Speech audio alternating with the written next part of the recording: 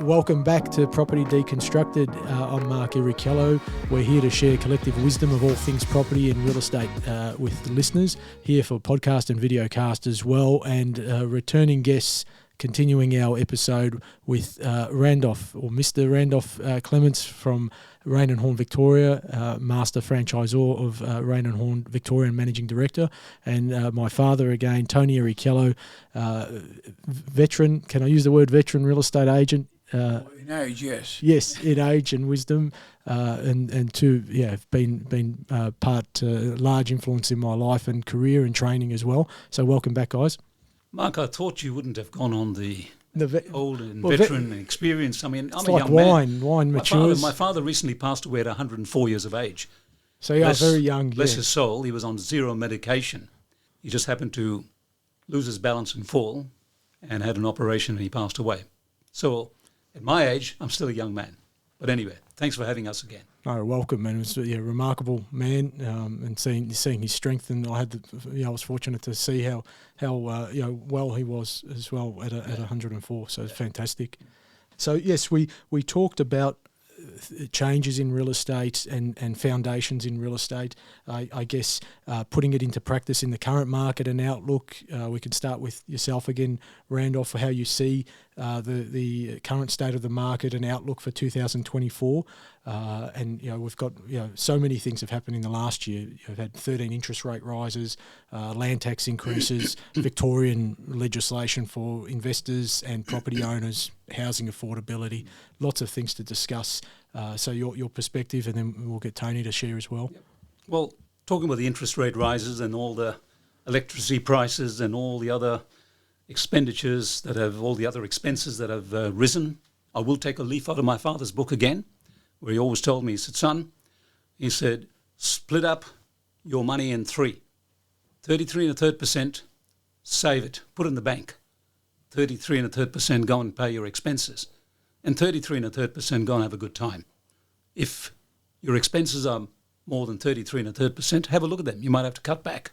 So when we talk about high interest rate, or not high interest rate, but all the consecutive 13 interest rate rises that have made things a bit difficult, I still see all the restaurants for breakfast and lunch and dinner, you can't even get in. Yeah. Right? I mentioned that in a speech recently, that now dinners have got 2 separate sittings. It's packed. On one hand, we're concerned with all the expenses, but on the other hand, we don't cut our coat according to our cloth. So we need to look at that as well. There's ways and means to combat and stay in business rather than having, as my father said, all swank, nothing in the bank. I believe that 2024 is going to be a very good, very productive, very strong year. I believe that whilst they are talking about interest rates coming down, even if interest rates didn't come down, I still think that there will be some momentum being gathered. I don't believe that interest rates would go up. Talking about policymakers with a bit of tongue-in-cheek, if I'm allowed to say, be great if we got some relief on land tax, but there's the tongue-in-cheek. Otherwise, we'll leave a lot of that to the oppositions and the governments in power at the moment to sit down and work out what is good for people to remain in business. People that remain in business automatically look after their employees, and therefore we'll always have a very productive formula out there. Having said that, I think 2024, if there's any bit of time left for buyers to buy and take advantage, I think it'll be in this half of the year, in this half of 2024. In the second half of 2024, I think things will start to catapult along again. So that's my prediction. No, thank you for sharing. It's good. And Tony, anything to add to that while you're listening? Look, I believe that times have changed so much over the years. I mean, today, as Randolph also said before, technology has had a huge impact on the way people think.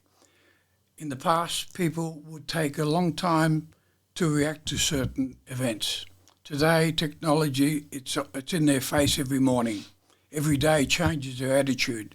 Once upon a time, the people used to be buying seasonal, whether it be spring, whether it be summer or whatever may be the case. These days, it's all buyers and people out there are more discerning. The sellers are looking at all the impact of what's happening day by day. So looking at and asking a question, what do I see 2024 happening? We really don't know. I believe that technology will help us move forward, right?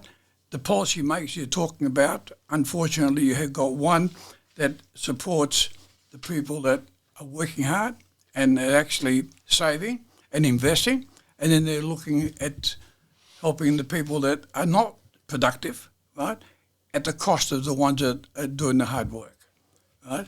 And as far as the policymakers, all they've done is tax. They introduced GST back in 2000, supposed to cut out stamp duty. Never happened. Well, they're talking about now like the GST increasing by 1.5%. We were talking about before in the car. That's right.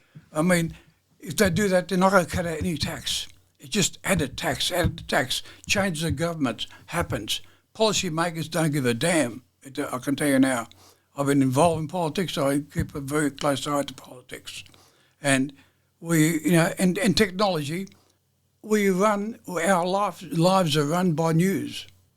Every morning you open it, turn the TV on, there's some news has changed, whether it be flooding, whether it be cyclones, whether it be interest rates, whether it be stamp duty, land tax. It's been a huge impact. Climate change. Yeah, climate change. So if that news and information... And then they complain about renters paying too much money. The investors got to get some money back. Yeah, you need to invite and entice investors, give some incentive to provide that equilibrium in the market, more supply, more affordable rental housing.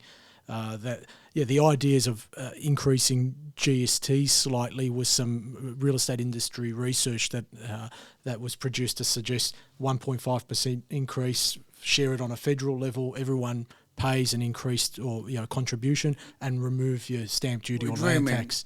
It'd be a nice, I guess, coming up with ideas and I guess the point about news and information that does create an analysis paralysis. I guess you get overwhelmed. You have to act at some point. I get what the saying, more is lost in indecision than wrong decision, and start investing with a long-term approach. If it's ownership, if renting's your thing, great. If you want to rent and have a lifestyle and invest, some people might choose to rent vest, so they'll rent the place they want to live and invest elsewhere. There's a lot of good options for lifestyle, but I think acting at some point over time you'll get growth. The profit over time's in growth. That's my opinion, but I wanted to get feel welcome to share any opinions you've got for policymakers as well when it comes to property, and I guess your wisdom of both of you operating in the real estate industry as professionals for many years. That was your career started long before some of the current policymakers were even born, and before I was born, you were both operating in real estate.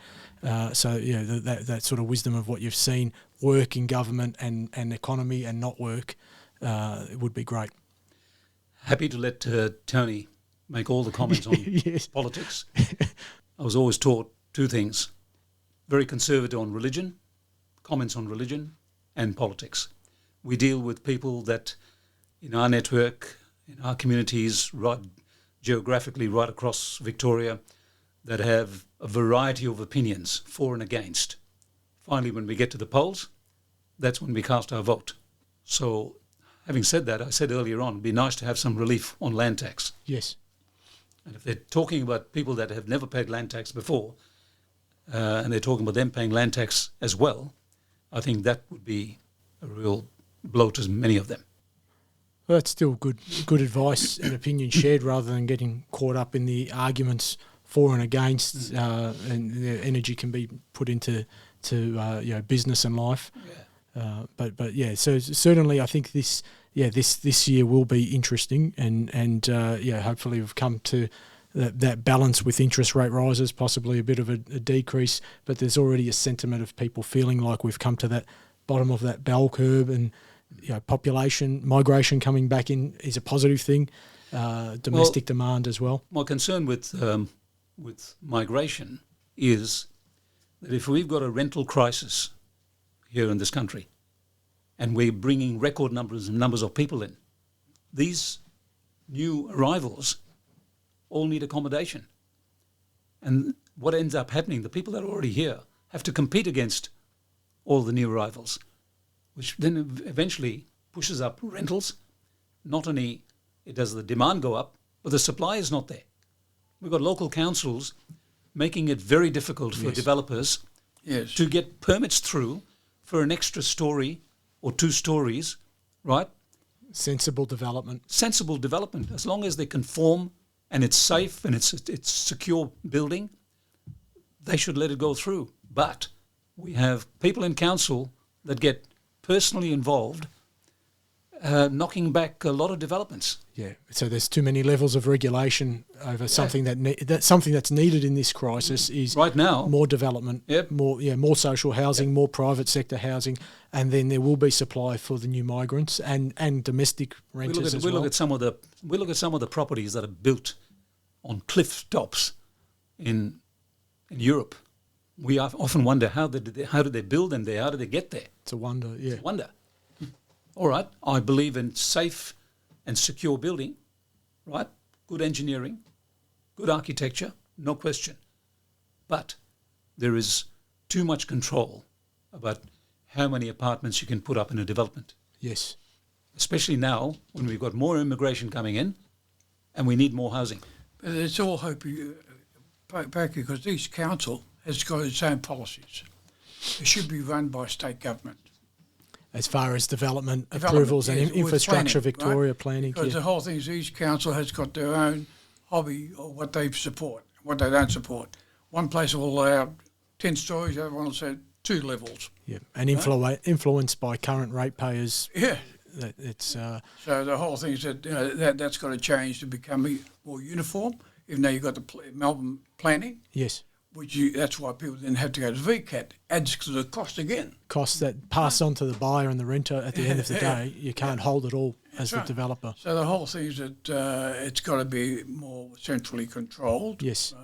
Right? And people would be willing to go out further if the infrastructure in these growth areas and new estates had good access to public transport, good access to more roads, to get access to employment at the end of the day.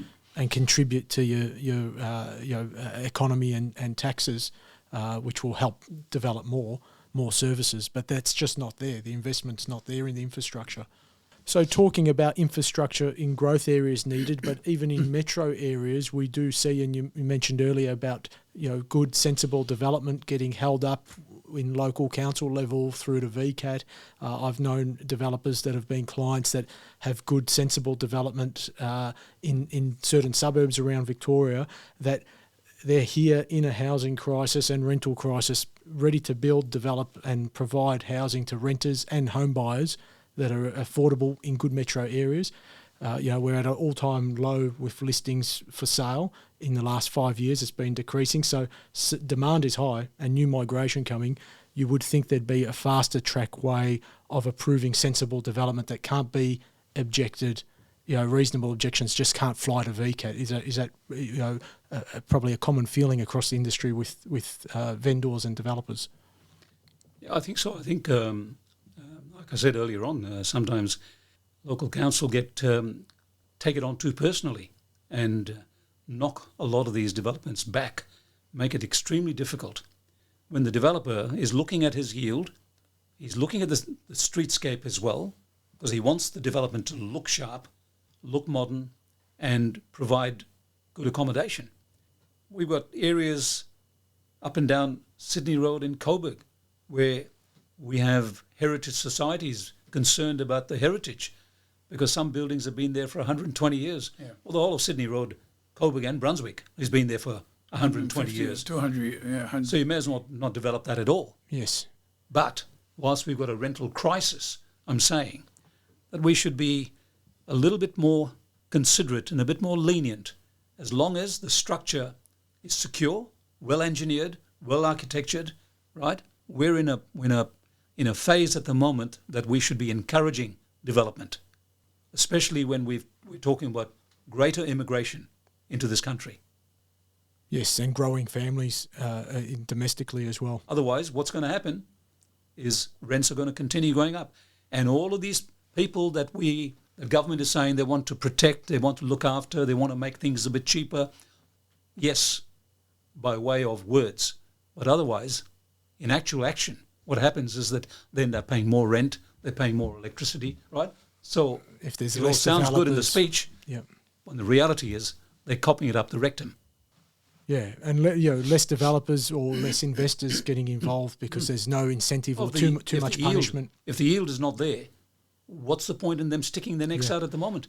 Keep the money in the bank. And social housing is far behind the levels. There's a great ambitious housing statement, but that's not going to be even developed in time to help support the current crisis. That's years away. The governments are short of money. Short of money, yeah. You look at the way the councils are influenced by residents, and they usually force the point to go to VCAT, the way they wash their hands and say it's not their fault, VCAT's decided. And they still get the support of the vote. Yeah, and there's holding costs and taxes involved in the meantime, which need to be passed on to someone at some point. Pressure goes somewhere. Yeah. So it's that's definitely a topic that we could keep unpacking for a long time, and it's a discussion that needs to keep being raised. Not just at podcast level, but local residents. Everyone's a stakeholder. Dad mentioned to me many times through my sales career, everyone needs a roof over their head. So housing's such an essential service and essential product that you're dealing with everyone in life, from renters, vendors, buyers, and all sorts of demographics and personalities. So everyone's a stakeholder. So any final words before we say goodbye? But otherwise, thank you for coming on, and also thanks for everything that you've shared with me over the years as well. Well, having said that, we're still in a great country. We're in a country where if someone went for an overseas trip in certain other parts of the world, you ask someone, by the way, how are you doing? Got a nice television at home? No television. Got a car? No car. Got a bicycle? Yes, I got a bicycle. Got money in the bank? No money in the bank. In this country, it's a great country. Yes. We've got to appreciate what we've got out here. Things might be a bit difficult, but there's difficulties in many other parts of the world. People are losing their lives. We've got a television, second television, third television, car, second car, investment, house, boat, holiday house, and in some circumstances, we're still not happy. So we have a lot to be happy in a country like this. Well said, Randolph. And Dad, anything else to share there? But I think Randolph's covered it quite well, and hope that we come back here in the future and talk about these things. We'll go on talking about it. But anyway, good country. Yeah, it is. It's a good perspective to have too, because things could get a lot worse if you've got to give up a few little luxuries now and again. That's not a very large problem to have over your head. When things get a bit difficult, give up a few things. Yes. Right? Combat it by giving up a few things. We don't want to give up. We want to keep the same lifestyle going. Cost of living is created by ourselves. Yeah, very true. We're always chasing a dream, something extra. Yeah. You get, rather than just being satisfied. But no, thanks so much. I think there's a lot of great content here, and looking forward to listening back to it as well. Thanks for sharing, guys, and have a great day. Thank you.